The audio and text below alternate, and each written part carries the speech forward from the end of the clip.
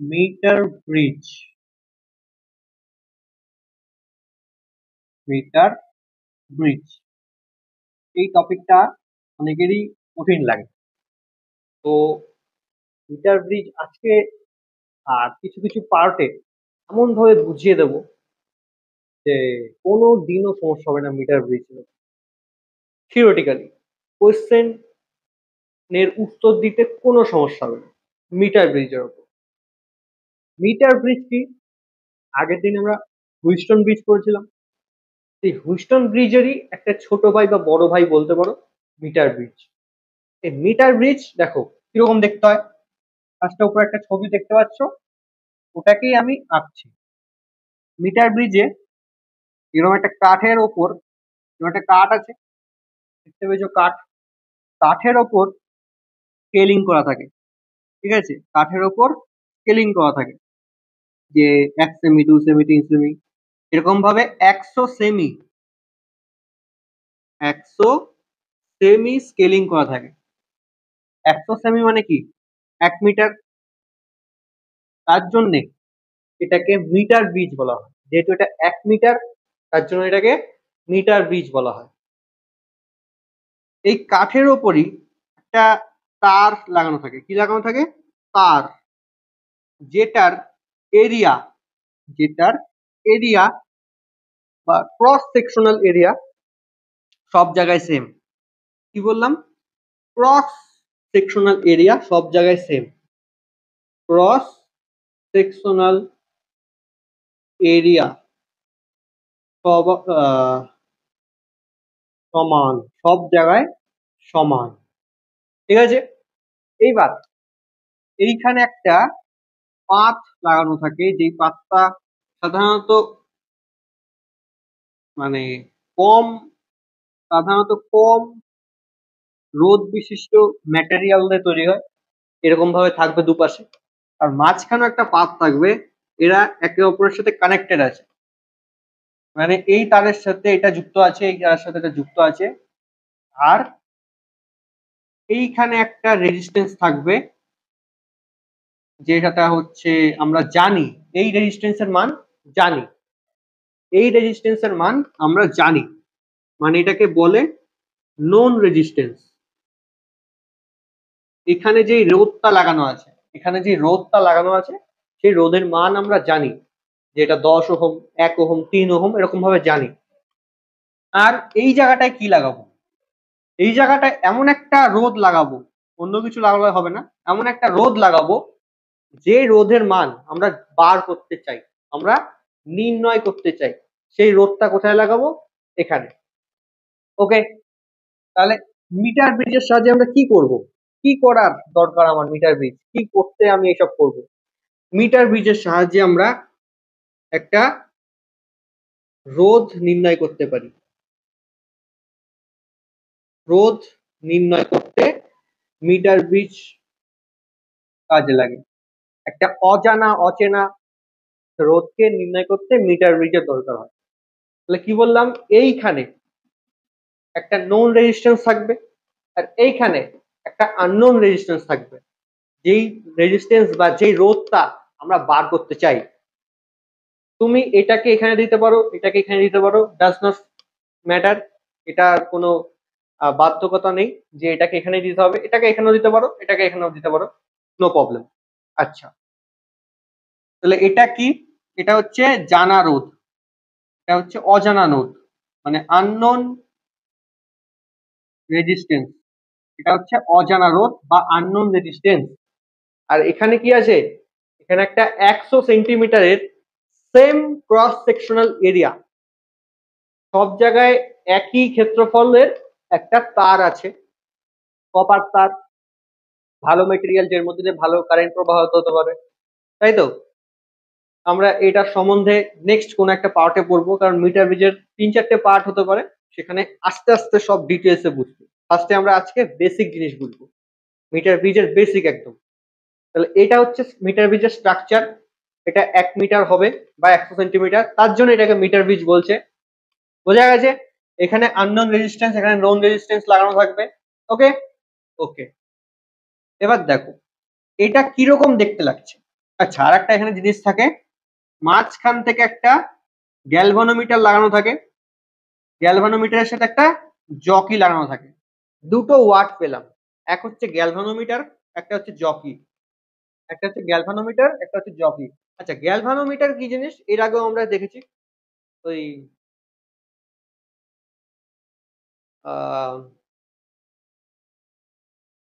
Voltameter ammeter কনভার্সনের সময়, volt metre ammeter কনভার্সনের সময় galvanometer কাজে লেগেছিল, ওই ভিডিওটা দেখতে পারো।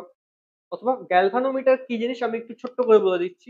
গ্যালভানোমিটার হচ্ছে এমন একটা ডিভাইস, ইলেকট্রিক্যাল ডিভাইস, যেটা কারেন্ট মেজার করে। কারেন্ট ঠিক মেজার করে না, ডিফ্লেকশন দেয়। হ্যাঁ, কারেন্টকে ডিটেক্ট করে, ভালো বলতে গেলে কারেন্ট ডিটেক্ট করে যে কারেন্ট সার্কিটে প্রবাহ হচ্ছে কিনা, সেটা কারেন্ট ডিটেক্ট করার কাজ কে করে? গ্যালভানোমিটার। ঠিক আছে, কারেন্ট মেজার করতে পারে না। গ্যালভানোমিটারের মধ্যে খুব কম পরিমাণ কারেন্ট যেতে হবে, যদি বেশি পরিমাণ কারেন্ট যায় তাহলে গ্যালভানোমিটার বাস্ট হয়ে যাবে। ঠিক আছে, গ্যালভানোমিটার ঠিক মতো চলবে না। ধরো এর মধ্যে গিয়ে 1 অ্যাম্পিয়ার কারেন্ট পাঠিয়ে দিয়েছো, 2 অ্যাম্পিয়ার কারেন্ট পাঠিয়ে দিয়েছো, বুঝতে পারছো? 1 অ্যাম্পিয়ার 2 অ্যাম্পিয়ার, এই 1 অ্যাম্পিয়ার 2 অ্যাম্পিয়ার কারেন্ট পাঠালেও গ্যালভানোমিটার ডিফ্লেকশন একদম দেখবে এরকম একদিকে সরে যাবে, যেটা নষ্ট হয়ে যাবে। কিরকম হয় গ্যালভানোমিটার? গ্যালভানোমিটার একটা স্কেল করা থাকে, মাঝখানে জিরো, ধরো এখানে একটা কিছু আছে, এখানে একটা কিছু আছে। এবার ও এদিকে ডিফ্লেকশন দেবে, এদিকে ডিফ্লেকশন দেবে, কাটা আছে একটা, কাটাটা একবার এদিকে যায়, কাটা একবার এদিকে যায়। যদি কারেন্ট ধরো এইভাবে যাচ্ছে, কারেন্ট এই ডাইরেকশনে যাচ্ছে, তাহলে ডিফ্লেকশন ধরো এইদিকে দেবে। কারেন্ট ধরো উল্টো দিকে যাচ্ছে, কারেন্ট এইদিকে যাচ্ছে, তাহলে ডিফ্লেকশন এইদিকে দেবে। এবার যদি এই গ্যালভানোমিটারের মধ্যে দিয়ে 1 অ্যাম্পিয়ার 2 অ্যাম্পিয়ার 5 অ্যাম্পিয়ার কারেন্ট পাঠিয়ে দাও, তাহলে কি হবে? গ্যালভানোমিটারের কাটা আছে, একদিকে ডিফ্লেকশন হয়ে এখানেই থেকে যাবে। তুমি পরের বার যখন দেখতে যাবা তখন আর নড়ছে না, চড়ছে না, এপাশে নড়ছে না, এপাশে যাচ্ছে না, একদিকে থেকে যাবে। তার মানে কি? গ্যালভানোমিটারটা নষ্ট হয়ে গেছে। তার জন্য গ্যালভানোমিটারের মধ্যে দিয়ে কম কারেন্ট পাঠাতে হয়। ওকে, চলো এবার আরেকটা এখানে ওয়ার্ড আছে, জকি। জকি কি জিনিস? জকি মানে হচ্ছে একটা কিছুই না, একটা পিন টাইপের জিনিস, যেই পিনটা এই তারের মধ্যে ছোঁয়ালে, এই তারের মধ্যে ছোঁয়ালে গ্যালভানোমিটারের মধ্যে দিয়ে কারেন্ট যাবে, পুরো সার্কিটটা কমপ্লিট হবে, আর গ্যালভানোমিটার ডিফ্লেকশন দেবে। কি বললাম? এই পিন, এই পিনটা এখানে ধর ছুঁয়েছো, এখানে ছুঁয়েছো, তাহলে পুরো সার্কিটটা কমপ্লিট হয়ে গেছে। এখন কিন্তু সার্কিটটা কমপ্লিট নেই, কেন? ছুঁয়েনি। এই যে সার্কিট কমপ্লিট হবে কি করে? ব্যাটারি তো দিইনি। এই যে এখানে একটা ব্যাটারি লাগানো আছে, এবার ব্যাটারি দিয়ে কারেন্ট যাবে, কিন্তু কারেন্টটা যাবে কিভাবে? এটা কি ছোঁয়ানো আছে? নেই। যদি এটা ছোঁয়াই তাহলেই সার্কিটের মধ্যে কারেন্ট যাবে। বোঝা গেছে? এই যে এটা ভোল্টেজ সোর্স, বোঝা যাচ্ছে? এই যে ভোল্টেজ সোর্স, যদি এটা ছোঁয়াই, এই যে এটা যদি টাচ করি, তাহলে মিটার ব্রিজের মধ্যে দিয়ে কারেন্ট যাবে। যদি এটা এরকম ছোঁয়ানো না থাকে, তাহলে মিটার ব্রিজের মধ্যে দিয়ে কোনো কারেন্ট যাবে না। বোঝা গেছে? জকি কি করবে? জকি ওই মিটার ব্রিজটাকে সার্কিট থেকে কমপ্লিট করে, যাতে ওর মধ্যে দিয়ে কারেন্ট যেতে পারে। বোঝা গেছে? ওকে, এতটুকু যদি বুঝে যাও, তাহলে মিটার ব্রিজ কিছুই না। Meter bridge a one type of Wheatstone bridge. Meter bridge is a one type of Wheatstone bridge. Wheatstone ব্রিজেরই এটা বড় ভাই, দেখতে বড় তাই বড় ভাই। বোঝা গেছে? দেখ, তাহলে গ্যালভানোমিটার মিটার এসব বাদ দে, অন্য কোনো একটা ভিডিওতে গ্যালভানোমিটার সম্বন্ধে লেখা যাবে। আজকে হুইস্টন ব্রিজ পড়ছি বা মিটার ব্রিজ পড়ছি, সেই সম্বন্ধে পড়বো। চলো, হুইস্টন ব্রিজ কিরকম দেখতে ছিল একবার দেখে নি। এরকম ছিল, চারটে রেজিস্ট্যান্স, চারটে বাহুতে চারটে রেজিস্ট্যান্স, মাঝখানে একটা রেজিস্ট্যান্স, এখান দিয়ে ব্যাটারি, এখান দিয়ে ব্যাটারি, এর মধ্যে দিয়ে কারেন্ট যায়, কিন্তু মাঝখানে দিয়ে কোনো কারেন্ট যায় না। মাঝখানে যে টার্মিনালটা আছে ওর মধ্যে দিয়ে কোনো কারেন্ট যাবে না। কখন? যখন হুইস্টন ব্রিজটা ব্যালেন্সডে থাকবে। ব্যালেন্সডে মানে কি? এটা যদি R1 হয়, এটা যদি R2 হয়, এটা R3, এটা R4। কখন ব্যালেন্সে থাকবে? যখন R1/R2 ইকুয়ালস টু R3/R4, এই যে রেশিওটা, এটা যদি সেম হয়, তবেই হুইস্টন ব্রিজের মাঝখানে যে বাহুটা আছে, মাঝখানে যে রেজিস্ট্যান্স, যে জাংশন, যে জিনিসটা আছে, ওর মধ্যে যে কারেন্ট যাবে না। তাই তো? ওকে, আচ্ছা, রেজিস্ট্যান্স মানে কি? যদি আমি এখানে একটা গ্যালভানোমিটার লাগিয়ে দিই কি হবে? গ্যালভানোমিটার লাগিয়ে দিলে কি হবে? গ্যালভানোমিটার কি করে একটু আগে বললাম? কারেন্ট ডিটেক্ট করে। যদি গ্যালভানোমিটারের মধ্যে দিয়ে কারেন্ট যায় তাহলে কাঁটাটা সরবে এরকম ভাবে, কাঁটাটা সরবে এরকম ভাবে। কিন্তু দেখা যাবে যদি এর মধ্যে দিয়ে কারেন্ট পাঠানো হয় আর যদি এই রেশিওটা এখানে সেম থাকে তাহলে গ্যালভানোমিটার কোনো ডিফ্লেকশনই দেবে না। গ্যালভানোমিটার কোনো ডিফ্লেকশন দেবে না। কারণ কি? মাঝখানে তো কোনো কারেন্টই যায় না। আর কারেন্ট না গেলে গ্যালভানোমিটার ডিফ্লেকশনই দেবে না। এবার এটার সাথে এটা কম্পেয়ার করব। দেখো, যখন আমি জকিটাকে এখানে ঠেকাবো তখন এটা জিরো, জিরো থেকে কিছুটা দূরত্বে একটা ঠেকিয়েছি, তাই তো? তাহলে এখানে এইটুকু একটা বাহু হয়ে গেল আর বাকিটা একটা বাহু হয়ে গেল।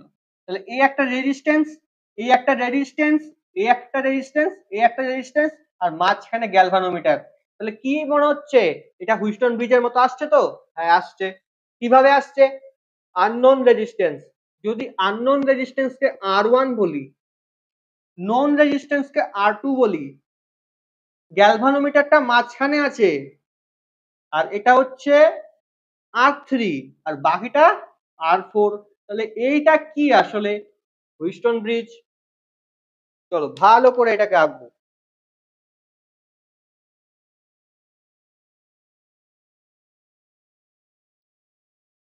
তাহলে এই জিনিসটাকে ভালো মতো দেখা যাক কি হচ্ছে এখানে।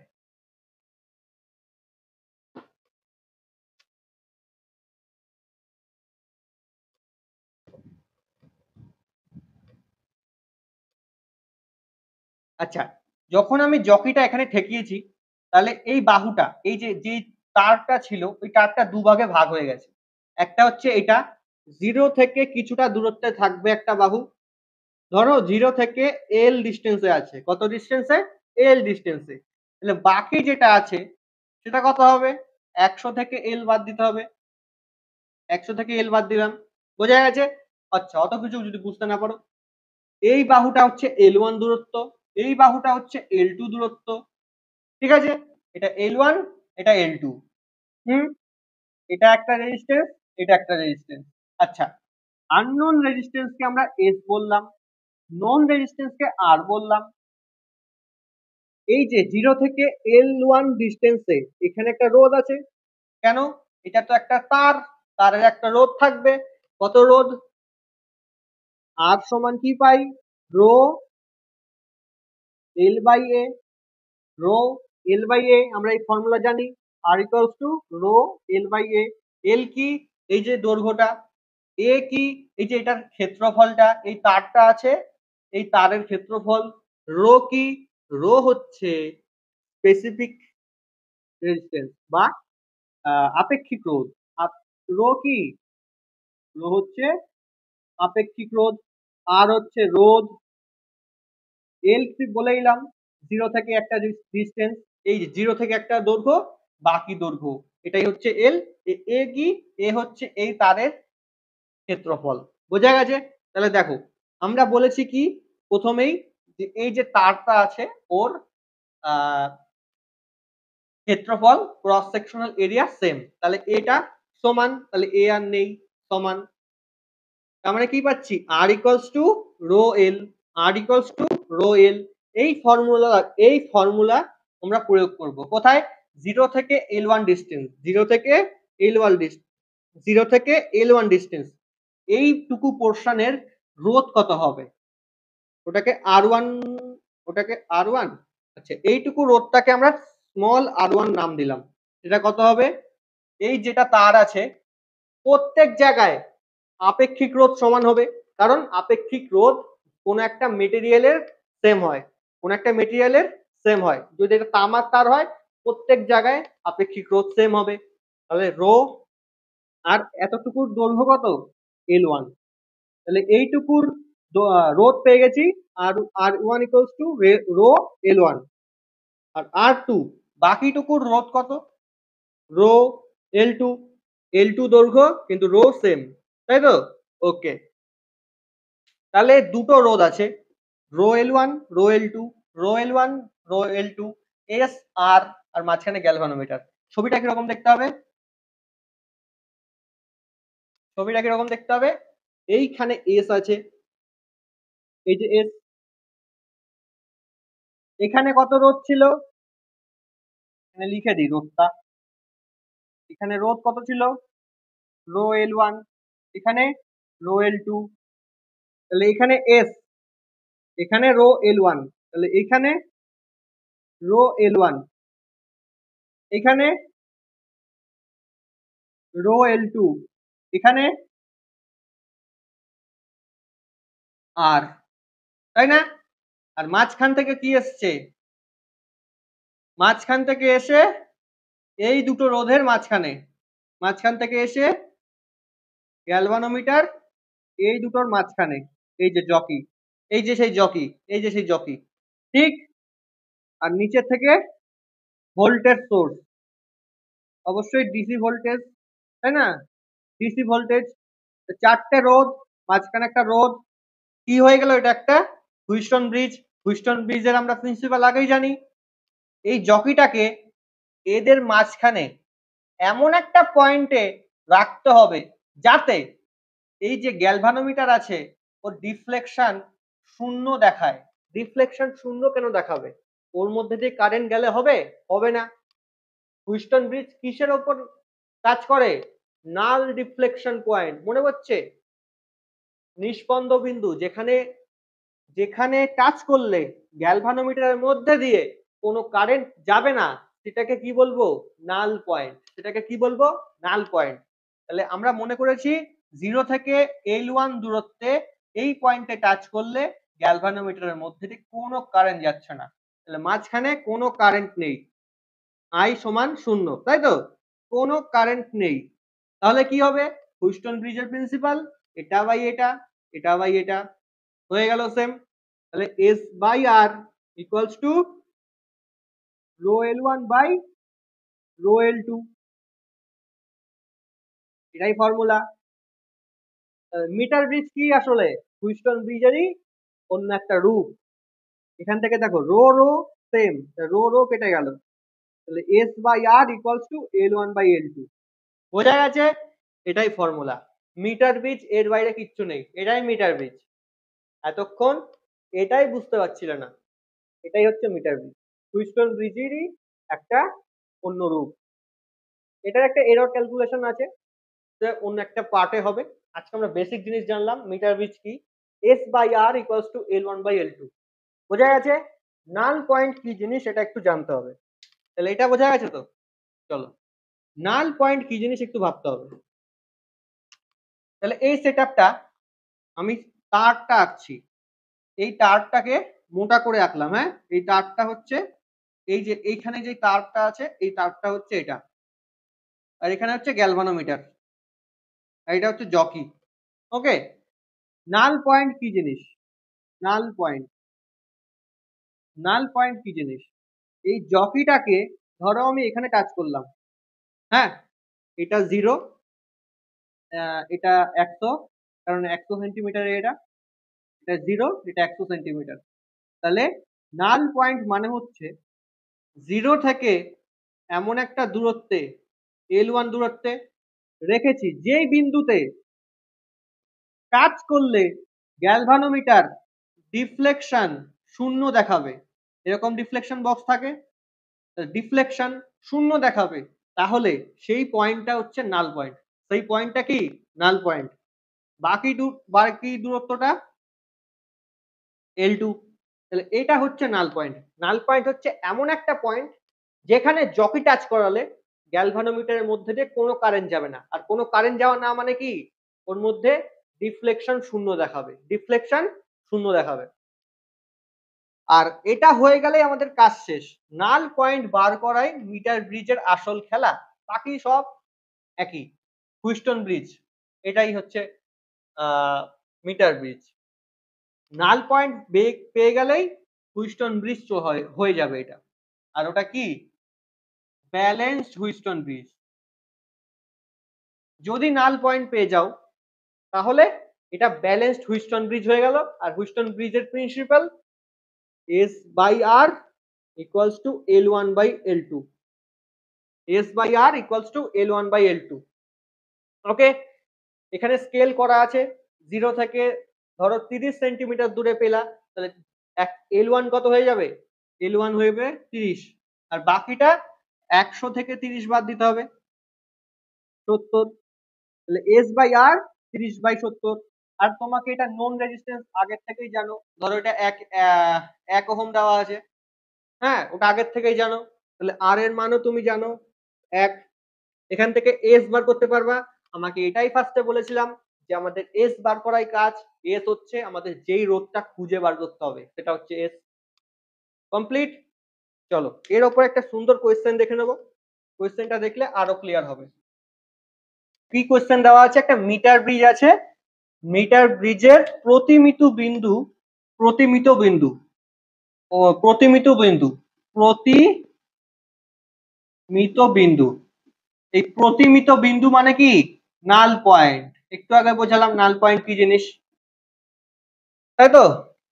তারের এক প্রান্ত থেকে 40 সেন্টিমিটার দূরে পাওয়া গেছে। উপরে কোয়েশ্চেনটা শো হচ্ছে, একটি মিটার ব্রিজের প্রতিমিত বিন্দু তারের এক প্রান্ত থেকে 40 সেন্টিমিটার দূরে পাওয়া গেছে, সেই প্রান্তে সংযুক্ত রোধ 15 ওহম। তাহলে অপর প্রান্তের রোধ কত? দেখো কোয়েশ্চেনটা ঠিক এরকম দেওয়া আছে। প্রতিমিত বিন্দু মানে বোঝা গেল, প্রতিমিত বিন্দু মানে নাল পয়েন্ট, আর নাল পয়েন্ট একটু আগে বললাম। কোয়েশ্চেনটা এরকম আছে, এই হচ্ছে একটা রোধ, এই অপর রোধ, নিচে হচ্ছে সেই 100 সেন্টিমিটারের তার, এটা 100 সেন্টিমিটার, এটা 100 সেন্টিমিটারের তার, ঠিক আছে? আর মাঝখান থেকে জকি, এটা গ্যালভানোমিটার, জকি এখানে টাচ করেছি, এখানে টাচ করলে দেখা গেছে 40 সেন্টিমিটার দূরে এই পয়েন্টে প্রতিমিত বিন্দু পাওয়া গেছে, মানে কি? নাল পয়েন্ট। আর নাল পয়েন্ট মানে কি? গ্যালভানোমিটারের মধ্যে দিয়ে কোনো কারেন্ট যাচ্ছে না। তাহলে এটা কি হয়ে গেল আসলে? Wheatstone bridge. এবার বাকি দৈর্ঘ্যটা কত আমরা জানতে হবে। টোটাল দৈর্ঘ্য কত? 100, এখান থেকে এখানে 100, এইটুকু 40, মানে এটাকেই 100 থেকে 40 বাদ 60।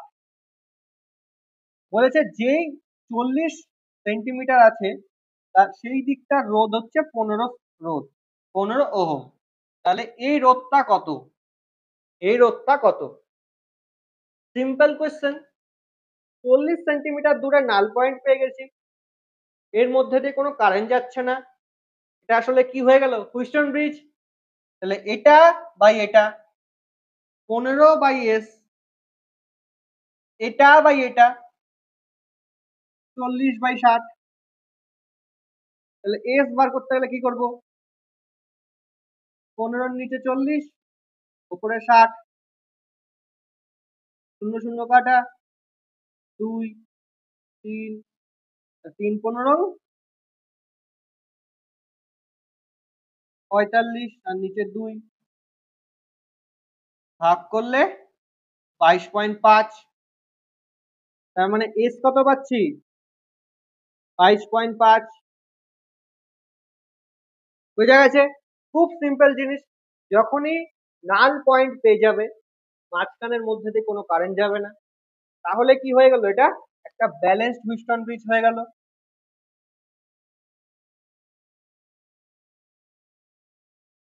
Balanced Wheatstone bridge.